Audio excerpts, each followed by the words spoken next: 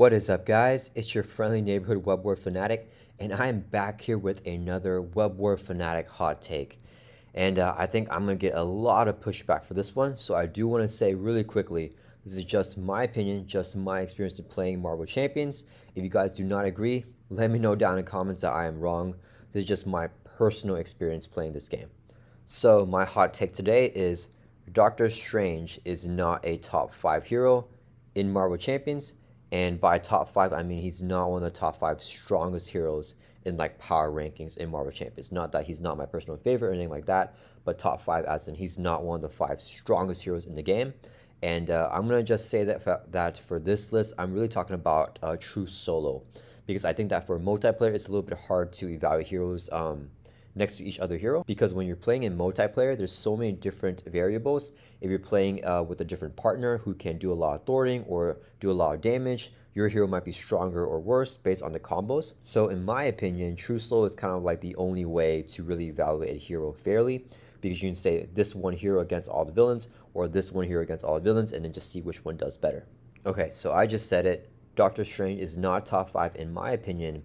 Why is this a hot take? Because most people who play Marvel Champions say that Doctor Strange is the most powerful hero in the game, and a lot of people say that Doctor Strange is the most powerful hero by far. Like there's a huge gap between him and then the second strongest hero. And for the minority of people that do not have Doctor Strange as their most powerful hero, they usually have Doctor Strange at least number 2 or number 3, definitely no lower than 5.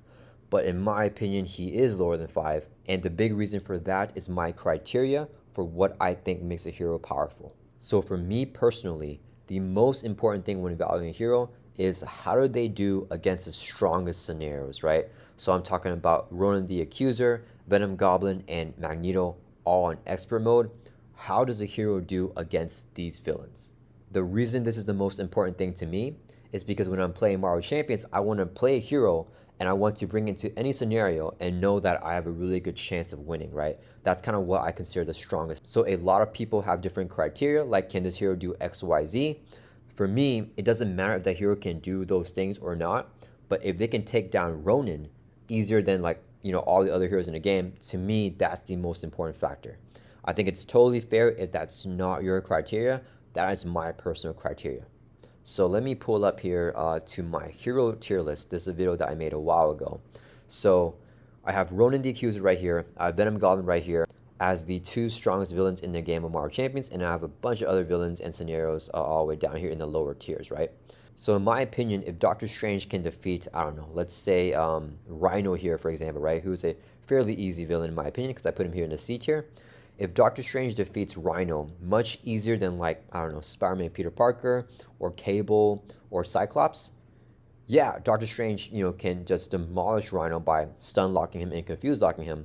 But it doesn't really matter because Spider-Man Peter Parker does not struggle against Rhino, right? Cable does not struggle against Rhino. All these other heroes, in my opinion, do not struggle against Rhino. There are very few heroes in the game that actually struggle against Rhino, in my opinion. So to me, this has no weight in a hero's power ranking because almost no one's struggling with Rhino. If a hero does struggle against this villain, then they will drop down to, the D tier or the C tier in their hero rankings. But I'm not going to say Doctor Strange is the strongest hero in the game because he beats Rhino and Crossbones and Dark Beast and Master Mode better and more easily than Peter Parker Spider-Man, right? That's not important in my opinion. If you give a hero their best aspect and you play them very well, most of these villains will not be a challenge, but Ronan and Venom Goblin are going to be a challenge. So that's why, in my opinion, they are the most important factors when determining how strong a hero is. And to me, Doctor Strange is not one of the strongest heroes whenever you're facing Ronan or Venom Goblin. I have gameplay on my channel with about 80 to 90% of all the heroes in Marvel Champions, and I've definitely played every single villain in Marvel Champions also on the channel. And I have a lot of gameplay with Ronan the Accuser and Venom Goblin, including Doctor Strange, right? I have a Doctor Strange Venom Goblin expert video, and I think a couple of Doctor Strange versus Ronan videos as well. And if you compare him to other heroes that I played, like Cable, for example, in my opinion, those Doctor Strange games are way more difficult than those Cable games. Once again, that's just my opinion. I have that document on my channel showing my experience of the game. I don't think that my experience is the end-all be-all, but I have not seen any gameplay on YouTube or in real life of Doctor Strange dominating these 2 scenarios up here, and I have seen gameplay of Cable and other heroes dominating these 2 scenarios. Because of that, I can't put Doctor Strange in my top 5. So let's take a look at I had a community poll on my channel, and I asked you guys a couple questions. So let's take a look at this one first. I said, is Cable a stronger hero than Doctor Strange? And I definitely do think that Cable is a strong hero. And then I used Cable to defeat Ronan the Accuser with the Infinity Gauntlet on Standard 2 and on Expert 2. And then I said that I believe that Doctor Strange has no chance of winning at this scenario. And then here are the votes on my channel. So one thing I do want to say super duper quickly is, if you are on my channel and you're voting for this, you may be more inclined to think the way that I do. We may have more of a biased community here. I like to think that I am unbiased and that everyone on this channel is also unbiased, but I just have to acknowledge that. So the people on my channel, 32% of you guys voted that yes, Cable is stronger than Doctor Strange, and then 14% voted yes, but only in True Solo. So since I'm really only talking about True Solo anyways, I'm just going to add the 32 to the 14. So for True Solo, 46% of people think that Cable is a stronger hero than Doctor Strange, but even on my channel, 54% of people think that Doctor Strange is stronger than Cable, which means the majority of people think that Doctor Strange is stronger than Cable. And like I said earlier, I think that my channel is a little bit biased.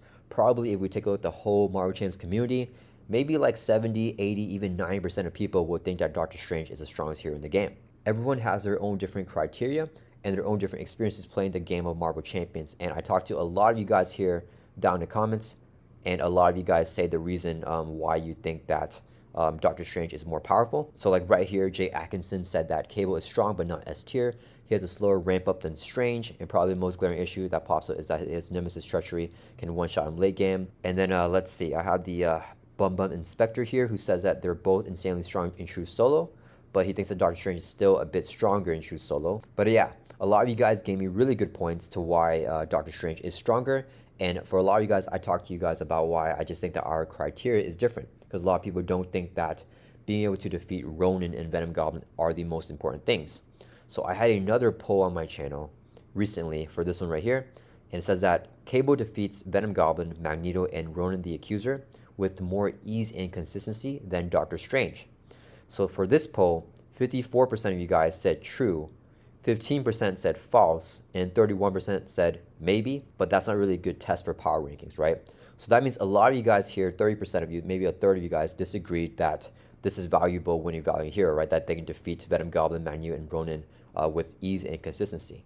When I'm looking at this poll, I'm sure that a lot of you guys here that voted true and false probably also think that that's not really a good measurement.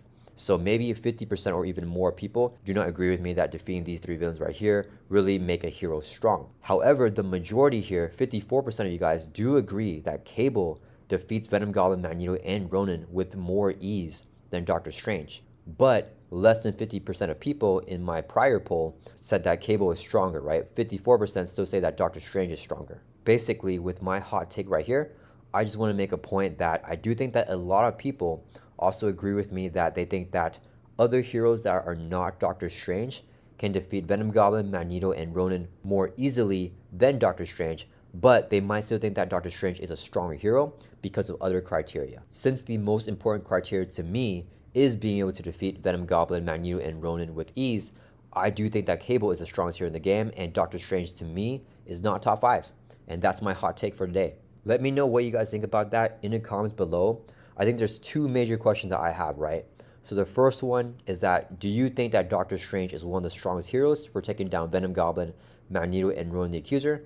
And the second question is, does that even matter, right? Is it more important to defeat all the other villains, easy villains, mid-tier villains, and super difficult villains? Or are the most difficult villains the most important factors, and do they weigh in the most? You guys already know what I think. I just want to hear what you guys think.